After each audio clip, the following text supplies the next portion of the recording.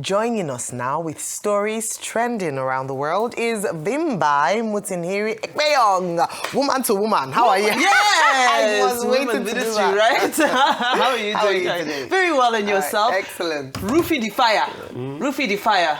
How are you feeling? Body feeling good? We're very fiery from each other today. Good, I know, it's strange, but you know, there's no love lost. I can feel the love from here. A very, very holy day today, isn't it, for both Christians and Muslims? And so I think that's such a beautiful way to start the show, you know, with the spirit of unity, that at the end of the day, you know, we all pray to our gods. And collabo. I love that. Muslims, yes. Dr. Abati in Abuja, Ramadan Mubarak, and a blessed beginning to Lent to you. Good morning. Thank you. Doctor, are you fasting? But you're not supposed to. Please, let's do the program. You know?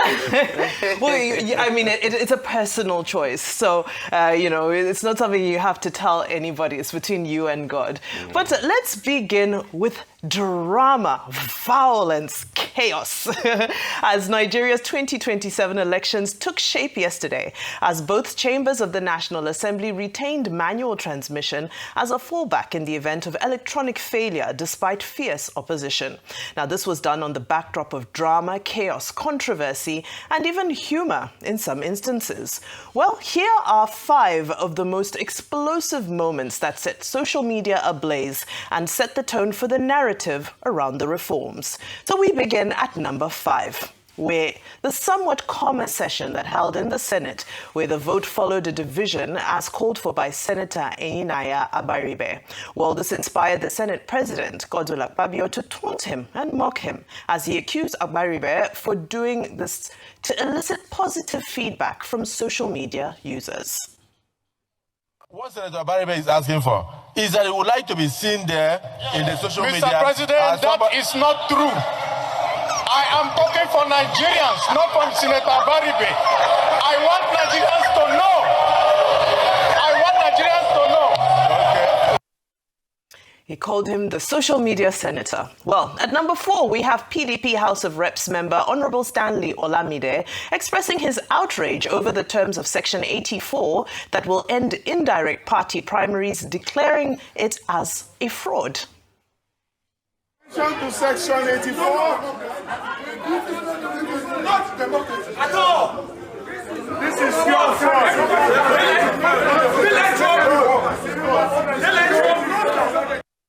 Well, at number 3 is the moment the Speaker of the House, Honorable Tajuddin Abbas, affirmed the motion to rescind the Electoral Amendment Bill as passed on December 23rd in the House of Reps, and this was in order to align with the Senate's position on the bill.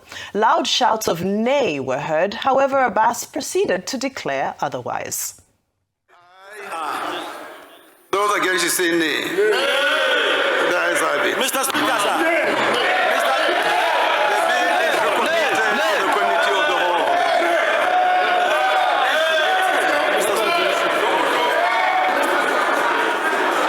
Colleagues, we just observe some few minutes.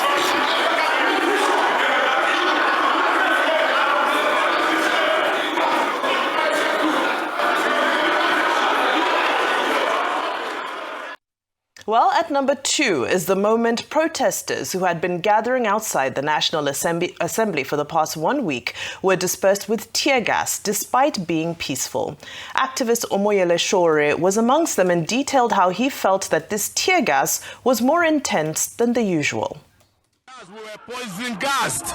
We were gassed with a poisonous gas. It's not a tear gas. Anybody who witnessed it, was it tear gas? No. It was a poison gas that was released from a canister that was carried by a policeman who has now run inside. You know, El-Rufai was saying that they imported some colorless, odorless gas. Maybe this is the first place they want to come and use it. Yes. Well, any guesses for what's at number 1?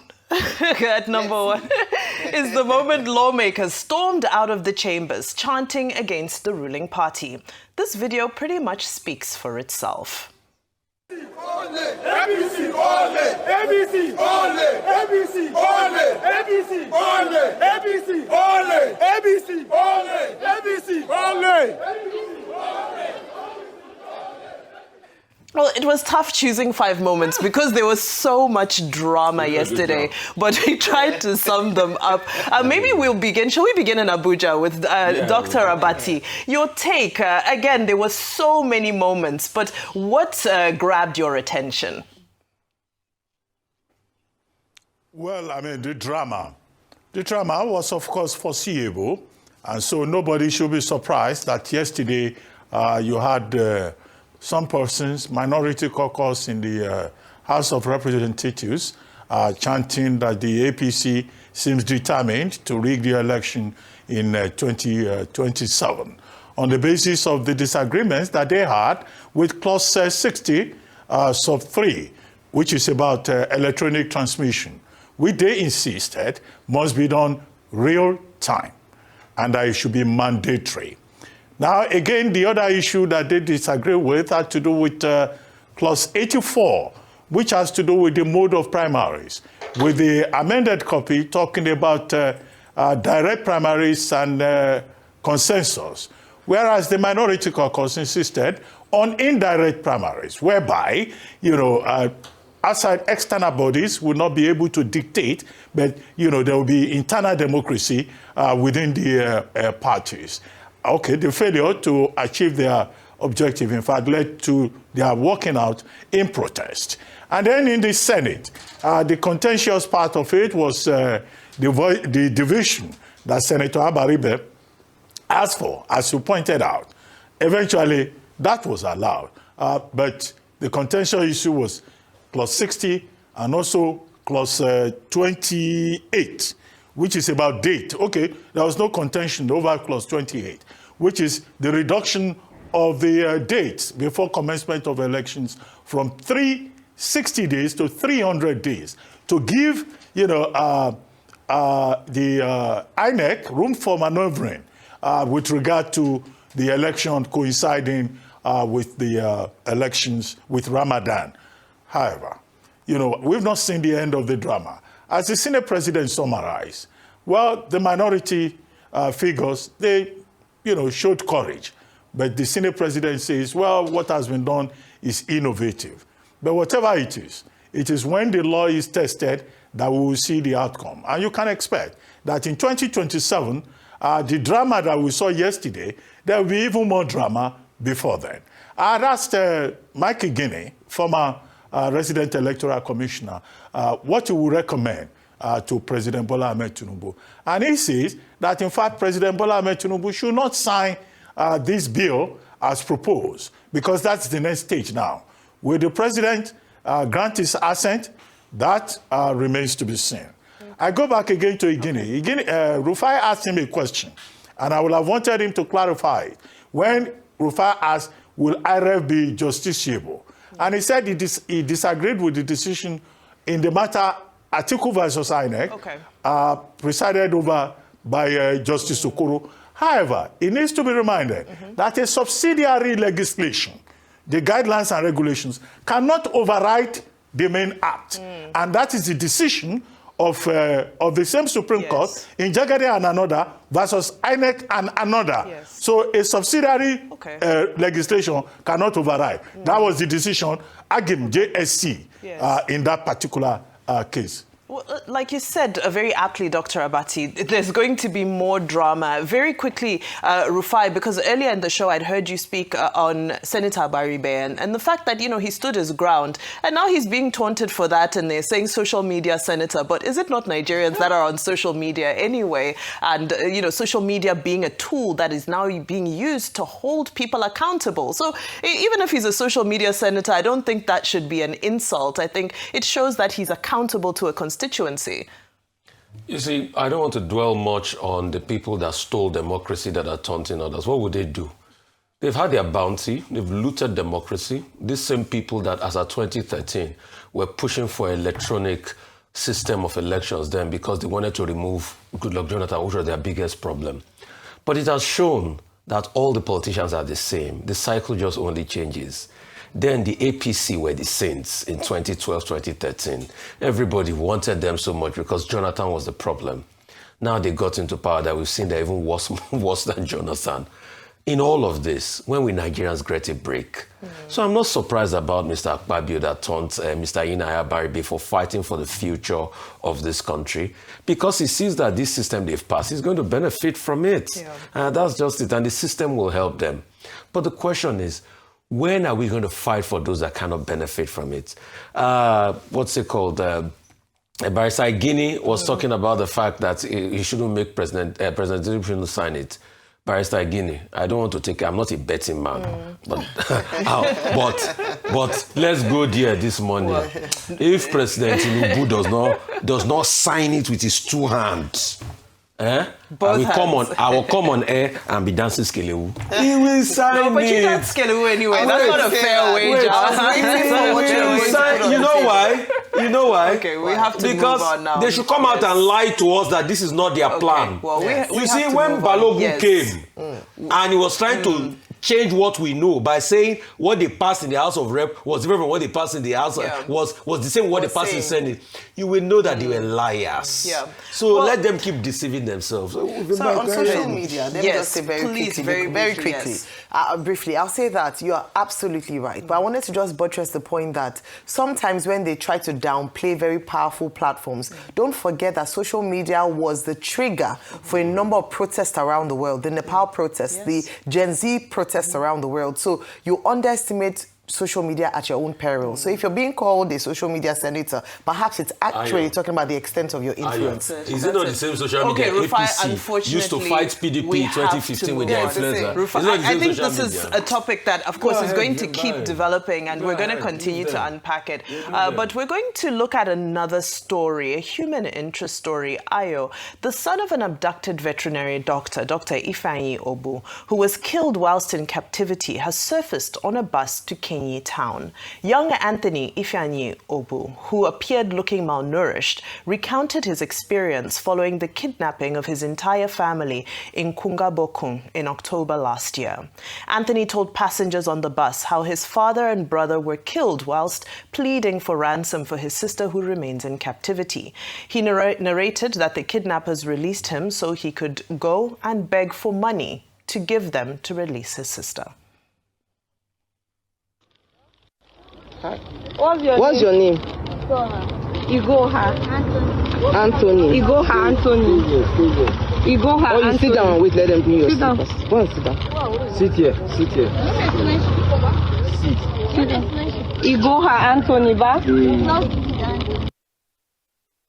We'll take a quick tweet just in reaction to this. Enyafe posted and said, will he ever recover? No. His father was killed right in his presence. His elder brother was killed in his presence too. Released to go home to his mother so she can raise money for his sister's release. Nobody deserves this. Absolutely nobody deserves this, Ayo. This is an incredible, terrible story, but it's a picture of the reality of a number of Nigerians. We have Dr. Anthony Ogbu's story on here, and we see his son. When you say son, you would even imagine someone older. This boy is too young to have had to go through this. Nigeria, unfortunately, has failed him and his family in this regard. But the story broke in October 2025. Armed men went to his residence, outskirts of Abuja, bordering Niger State, in terms of the location of Kungabokun.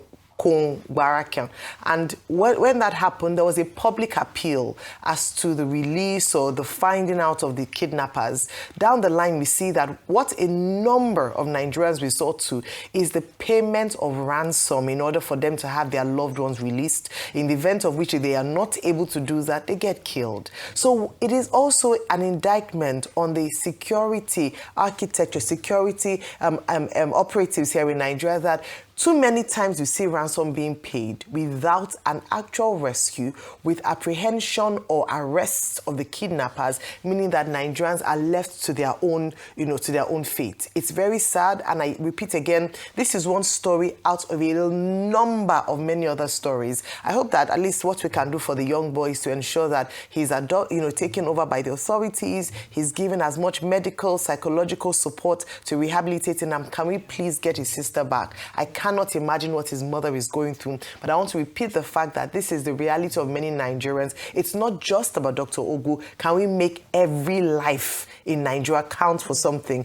and actually secure the people in Nigeria? Very well said, very well said. And, you know, we use him as we would say in Nigeria, as a point of contact with other people in his situation and just ask for intervention in insecurity. Now let's move on as the public continues to unpack the disclosures made by former Kaduna State Governor Nasir El-Rufai following his attempted arrest and the subsequent charges that have been leveled against him. Social media users have reopened discourse about his legacy as the governor of Kaduna State. In light of this, Abubakar Idris, better known as Dadiyata, the outspoken lecturer and political critic who disappeared on August 2nd, 2019, has started trending again as DSS has reopened the probe into his disappearance. Similarly, entrepreneur and lawyer Audu Mekori's interview with Charles Anyogolu on our daily talk show Primetime, where he shed more light on his alleged abduction by El-Rufai's administration, has also added to the conversation. My initial arrest. The governor is not the police, and what we're seeing is that there's a juxtaposition of roles we shouldn't be. Hand it to the police, let them do their job. They did their job. They released me. And then he came back and organized for me to be abducted. And that is why the court found and paid, and they fined him 40 million naira because it was unlawful, it was wrong, it was unjust. There was no basis whatsoever for it. Well, there's so much conversation on this on social media. Let's quickly go to X, where Francis tweeted and said, being in opposition is all it takes for this government to know what to do. Dadiyata disappeared years ago. His family cried and pleaded for the government to do something, but nothing was done. El-Rufai is now in opposition, and suddenly they remember to investigate. Sad. Bushman said, if there's anyone who the media has done so much damage to his persona, it is El-Rufai. Most of what he is being accused of are only figment in the imagination of his accusers. Two very different tales. But meanwhile, videos of President Tinubu and El-Rufai in one another's good books have started doing the rounds again on social media. Well, let's take a look.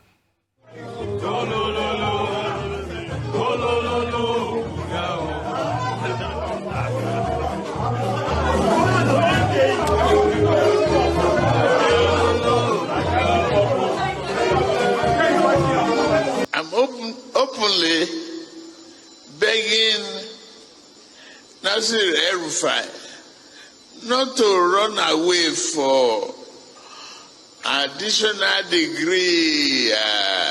Dear brother Nasir, make a promise.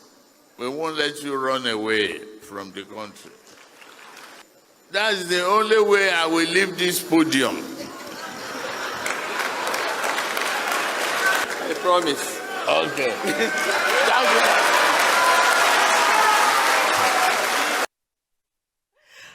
Politics. Dr. Abati, you're in the seat of power right now in Abuja. Let me come to you for your take on these stories.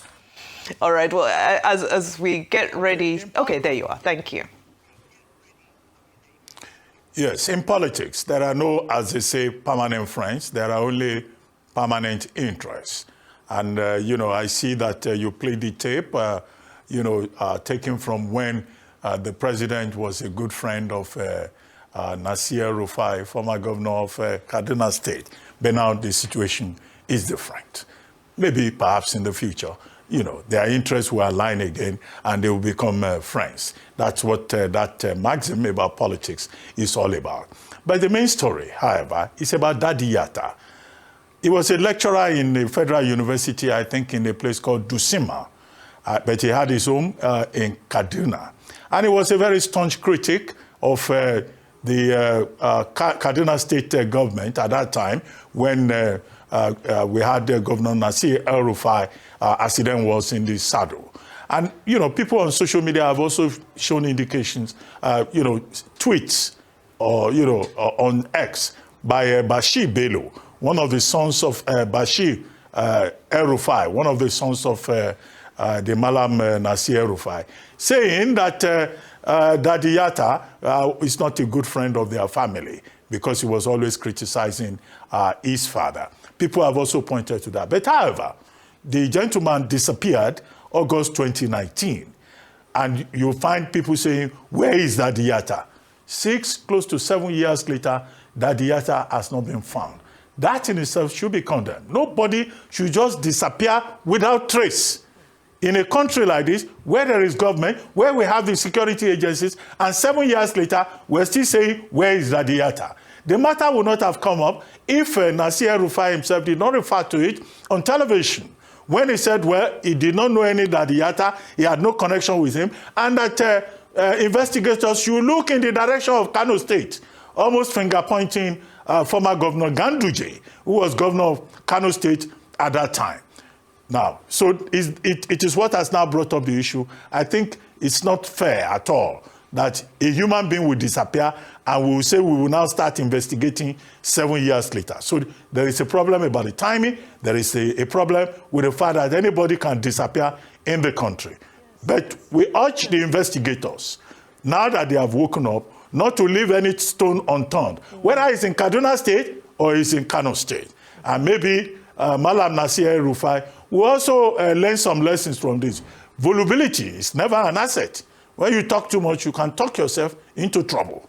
That may be one lesson that he needs to learn. And a very apt point. 7 years, almost 7 years, and we're still asking, where is Dadiyata? Rufai, your very quick takes on this. Vimbai, for the fact that we are shamefully asking where is Dadiyata because a political imbroglio happened between El-Rufai and people that he was in bed with before is an indictment on our country. By today, we should have brought out Dadiyata and he should be suing and claiming all his rights that have been denied him all this while. That's if we know where he is. So it's not a time to be asking where is Dadiyata. They should bring him out wherever they kept him. But Vimba, are you surprised? You see, this country, sometimes when people talk, you think we just talk. I don't know, maybe you had gotten to this country then, Vimba. Do you know that a minister of justice was killed in this country and never got justice? Do you know what killed his wife? The heartache of that exercise. His wife was a justice in the temple of justice in this country. The heartache that her husband never got justice killed her. Justice Atinuke. So how much more Dadiyata? Today now, El-Rufai pushed it to Ganduje. Ganduje says, no, it's not me. They are pushing it to each other. You heard the account of Mekuri. That was how they came to take him. And El-Rufai forcefully put his hand all over that case, despite the fact that, as Mekuri claimed, he retracted. You see, we don't have a country. What we have is a joke. When it happens to you, you will understand. God forbid, it won't happen to me. No, Vimbai. I have to say God forbid. Vimbai, it's so no, but I know easy what you mean. to say God forbid. Yes, it's true. You're so right.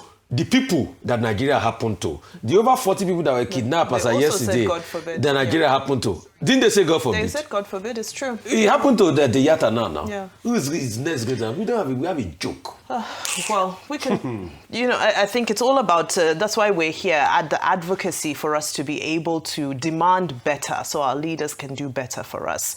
Well, meanwhile, as Ramadan and Lent officially begin, a Nigerian cleric known as Prophet Sam Olu Alo has sparked commentary online after his claim that having the 2027 elections during the fasting period would discourage election malpractice.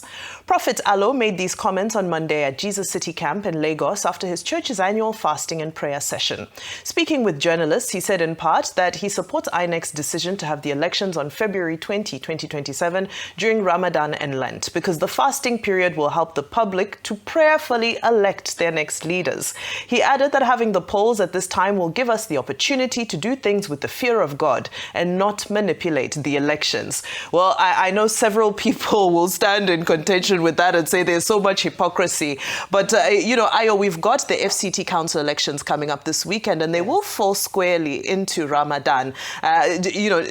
Do you think there will actually be any impact on the election, on the fact that people are fasting? I said it earlier this week that, tongue in cheek, that let's even have the elections during the fasting season. Maybe we would have less ballot snatching. Because many of these people have a religion that they follow. So maybe during the holy months, they will just be more pious. Nigerians like to keep up, let me not be generalized, but sometimes people like to keep up appearances. is, and they're like, oh, this is a holy month. I don't want to sin against God. Let us do it during the holy month and really test the religiosity of Nigeria. But we'll find out.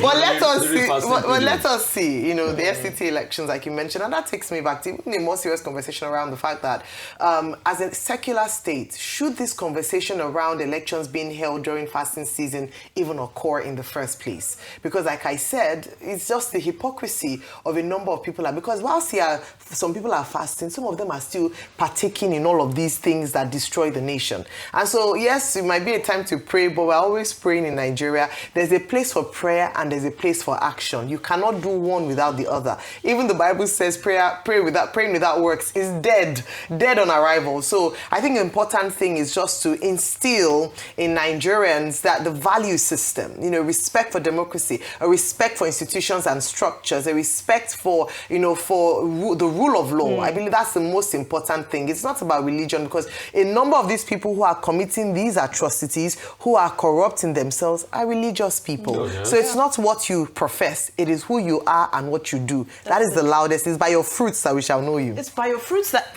you know, I love that that's the point you landed on, Ayo, because reactions have trailed a viral video from President Bola Tinubu's trip to Adamawa State on Monday, which shows the moment that an APC fabric-clad woman sprays popular musician Dauda Rarara with Naira notes in front of the president. The woman was reportedly immediately cautioned, but let's take a look.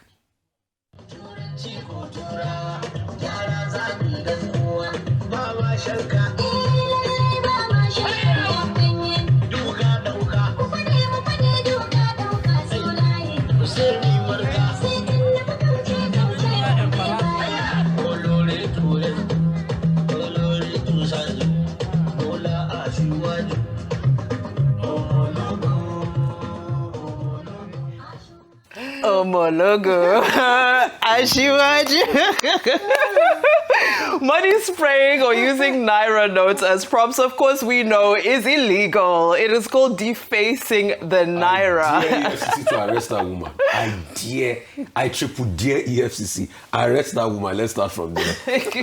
Dr. Abati, your quick take on this moment of, can we call it temporary insanity? No. You know, in Nigeria, people say spraying Naira and all of that is a cultural thing, a way of appreciating people. However, in our laws, it's an offense. Section 21, sub 1 of the CBN Act of 2007 says you cannot treat the Naira in a way that devalues it. It's a national symbol that should be respected. Hence, Bobrisky was taken to court. Hence, Obi Kubana was taken to court, but he had a very smart lawyer, and he was able to escape the penalty of a fine of either 50,000 or 6 months imprisonment, or both. So it's a question of the law. But Rarara or Mologo, well, whoever was praying will probably get away with it. Secondly, the issue about Ramadan and voting during Ramadan. Look, the big issue here is that in Nigeria, there is a gap between what is called private morality and public morality. It is that gap between public morality and private morality that will nullify the point that because people are fasting, either Christian or Muslim, that they will be pious, they will not read. These same people, they go to church every week. Some people, you know, are even church workers. Are they not the same people who are misbehaving all over the place, either in their private lives or public lives? So religion is a big problematic in Nigeria. Absolutely. Well, we are still daring the EFCC to arrest that woman, because if you can do it to Bobrisky, as long as you picture that spring, arrest that woman. Let's say you are walking. I dare you, EFCC. Arrest her and bring her to the public. That's when we know you are serious. Oh, and I mean, she did it in front of the president, no less. No, she received immediate presidential pardon. Pardon, yes, pardon, waiver. I don't know about that.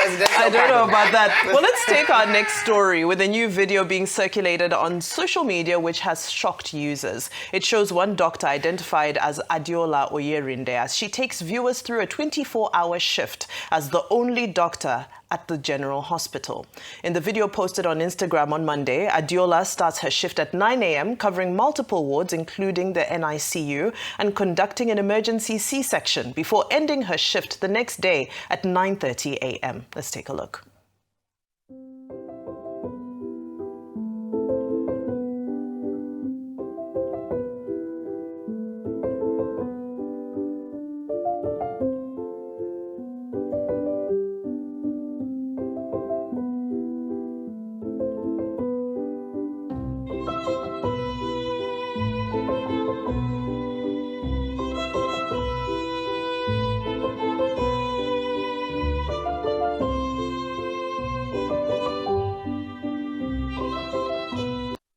Well, a lot of users have, of course, been commenting that Dr. Oyorinde should take care of her own health as well, as this video has resurfaced conversation around healthcare workers being overstretched. We continue to have the conversation about the welfare of our health workers, the Japa syndrome, and how it has impacted our healthcare system. But also just to celebrate her and the good work that she's doing. However, with Rufai, you were making points about the budget performance, how much of the actual budget for the Ministry of Health has been released and realized.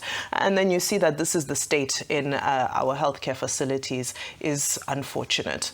Very quickly now, in another development, a new video of an Australian writer and strategist, Mark Pollard, has sparked controversy online as he demands in a now trending video why begging culture is so rife in Nigeria.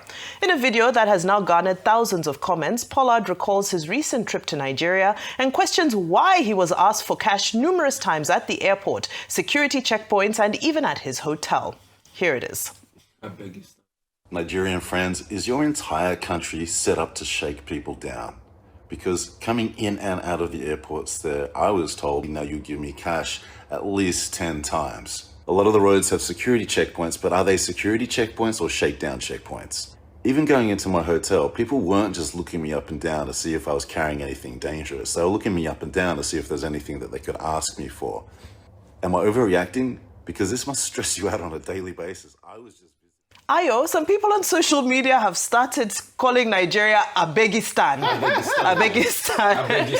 Facepalm on, so terrible. I mean, the truth is that this man hasn't said anything that a number of people are not familiar with. We are in fact, I think the embarrassing thing is that it is bad behavior that has now become culture in such a way that it is expected and it is almost understood that, okay, you have to drop or anywhere you go to, hey, if I made a greeting, there's kind of particular greeting, madam, good afternoon, ma, you just bring out the money and give, because, that is the whole point. But it is embarrassing, and we need a full cultural shift if we're going to deal with it. I want to apologize on behalf of Nigerians to Mr. Pollard for your experience, and also for all Nigerians who've had to go through extortion in the form of begging. But it's also finally a reflection of the poverty, not just in terms of pockets of poverty mentality and mindset of a lot of Nigerians here. It's very sad, and people should not be put under duress to give.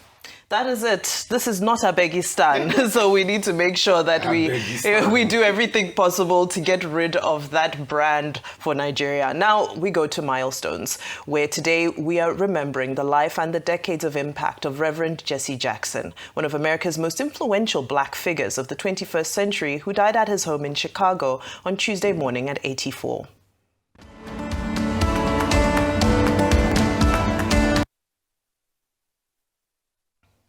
Jackson was born in 1941 in Greenville, South Carolina, during the Jim Crow South, where he lived through the forced segregation laws of that era. His activism began early, leading a group in 1960 known as the Greenville Eight for a peace read-in at the city's segregated library. From then on, he played a seminal role in the American civil rights movement, working closely with Martin Luther King Jr. He stayed with King's organization, the Southern Christian Leadership Conference, well after King's assassination, later forming his own social justice organization known as the National Rainbow Coalition, with the goal of empowering people of color. Jackson was unrelenting in his push for equality within and outside the U.S., even visiting Port Harcourt for the Garden City Literary Festival in 2011. As a guest speaker, he met with leaders and students to speak about the power of literature to move a country forward. Throughout his life, Jackson personified what an individual can achieve from the most humble beginnings, an idea he spoke about at the 1988 Democratic National Convention. Every one of these funny labels they put on you, those of you who are watching this broadcast tonight in the projects, on the corners, I understand. Call you outcast, low down, you can't make it, you're nothing, you're from nobody, subclass, underclass. When you see Jesse Jackson, when my name goes in nomination, your name goes in nomination. I was born in the slum, but the slum was not born in me. And it wasn't born in you, and you can make it. Wherever you are tonight, you can make it. May his soul rest in peace, and of course, we'll continue to remember his many, many, many years of impact. Thank you so much. That's all we have on What's Trending today.